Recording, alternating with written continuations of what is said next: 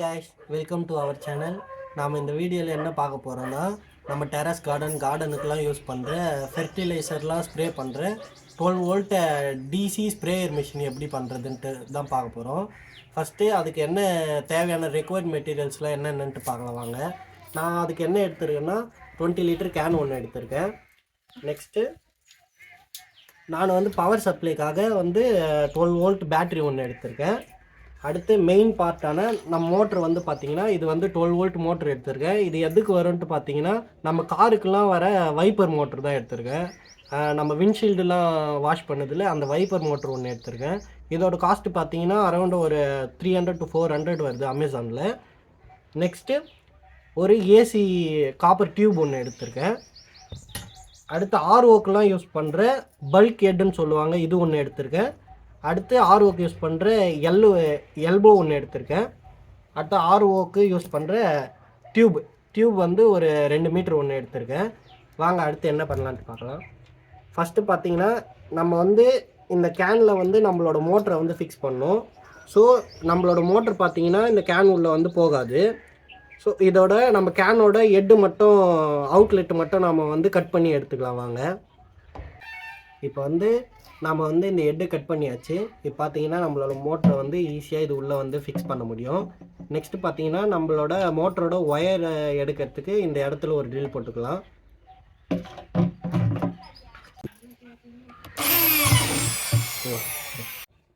இப்போ பார்த்தீங்கன்னா நம்ம சொன்ன மாதிரி ஒயர் எடுக்கிறதுக்காக ஒரு ட்ரில் போட்டாச்சு.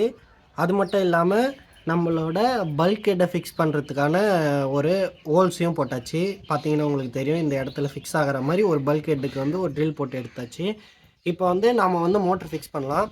அதுக்கு முன்னாடி வந்து நம்மளோட மோட்டரில் வந்து இன்லெட்டில் வந்து ஒரு ஃபில்டர் ஒன்று ரெடி பண்ணிக்கலாம். ஏன்னா வந்து ஃபெர்டிலைசரில் வந்து அடியில் வந்து டஸ்ட்டு நிற்கும்ல, அது வந்து நம்ம மோட்டரில் வந்து அடைச்சக்கூடாதுன்றதுக்காக நம்ம வந்து மோட்டரோட இன்லெட்டில் வந்து ஒரு ஃபில்டர் வந்து ஃபிக்ஸ் பண்ணி எடுத்துக்கலாம். வாங்க எப்படி பண்ணலான்ட்டு பார்க்கலாம்.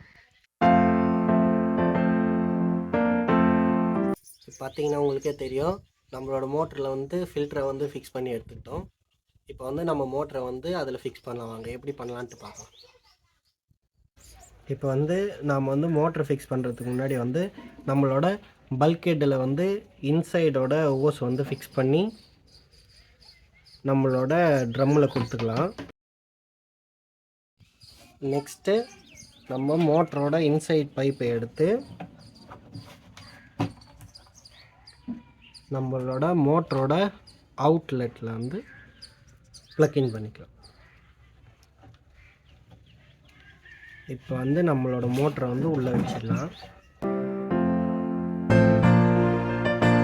இப்போ பார்த்தீங்கன்னா ஆல்மோஸ்ட் நம்மளோட ஒர்க் வந்து கம்ப்ளீட் ஆகிடுச்சு. இப்போ வந்து நம்மளோட மோட்டரோட அவுட்லெட்டில் வந்து நம்ம பல்க் ஹெட்டு போட்டோங்களே, அதில் வந்து நம்மளோட நான் வந்து ஒரு 2 மீட்ரு பைப்பில் வந்து 1 மீட்டர் பைப் வந்து கட் பண்ணி எடுத்திருக்கேன்.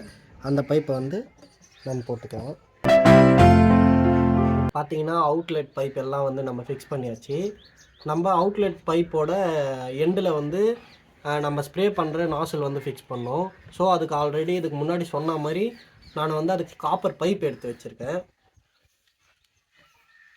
இந்த காப்பர் பைப்லேயே பார்த்தீங்கன்னா பைப்போட எண்டில் வந்து நம்ம வாட்டர் ஸ்ப்ரேயருக்கெலாம் யூஸ் பண்ணுற ஸ்ப்ரேயரோட ஹெட்டு பிரேஸ் நாசல் வந்து இதில் வந்து பார்த்தீங்கன்னா வெல்ட் பண்ணி நான் எடுத்திருக்கேன். இப்போ வந்து இதை வந்து இதில் ஃபிக்ஸ் பண்ணி எடுக்கணும். நாம் அதுக்கு முன்னாடி என்ன பண்ணலான்னு பார்த்தீங்கன்னா நம்ம இந்த ஹேண்டலுக்கு மேலே வந்து ஒரு கவர் ஒன்று போட்டுக்கலாம். அதுக்காக நான் என்ன இருக்கேன்னு பார்த்தீங்கன்னா ஏசி காப்பர் பைப்புக்கெலாம் போடுறதுக்கு அந்த மேலே வரதில்ல ஸ்லீவு, அது நான் எடுத்திருக்கேன். அதை பார்த்தீங்கன்னா இது மாதிரி போட்டு எடுத்துக்கலாம்.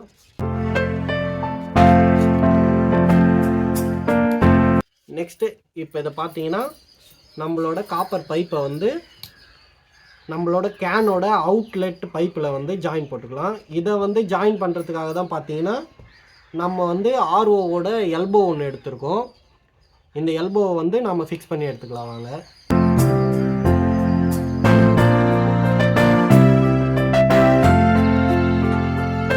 இப்போ வந்து நம்ம அவுட்லெட் பைப்பை வந்து எல்போ வச்சு நம்மளோட காப்பர் பைப்போட வந்து ஜாயின் பண்ணியாச்சு. இப்போ வந்து நம்மளோட அவுட்கம் எப்படி இருக்குன்ட்டு பேட்ரி கொடுத்து செக் பண்ணிக்கலாம் வாங்க.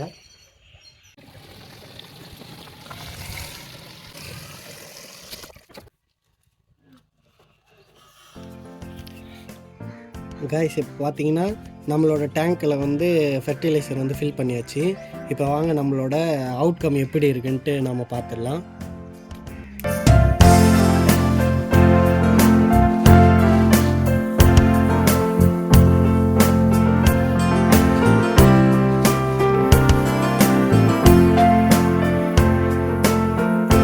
நல்லாவே தெரியும், ப்ரெஷரும் நல்லாவே இருக்குது. அண்ட் தென் இலைக்கும் நல்லா வந்து நல்லா ஃபெர்டிலைசர் வந்து எல்லா இடத்துலையும் நல்லா படுது.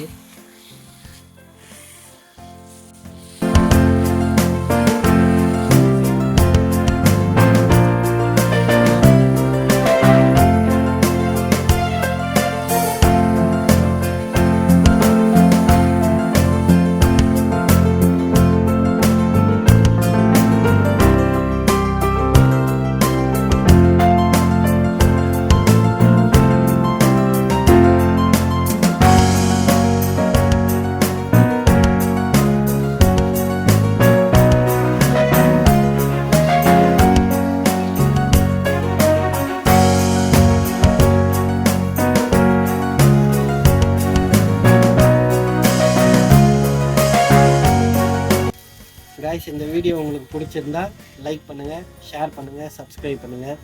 அப்படியே நம்மளோட சேனலோட நோட்டிஃபிகேஷன் பட்டனே வந்து கிளிக் பண்ணி விட்டுருங்க. அப்போ தான் வந்து நம்ம போடுற வீடியோ வந்து உடனுக்குடனே உங்களுக்கு வந்து நோட்டிஃபிகேஷனாக வரும். Thank you guys.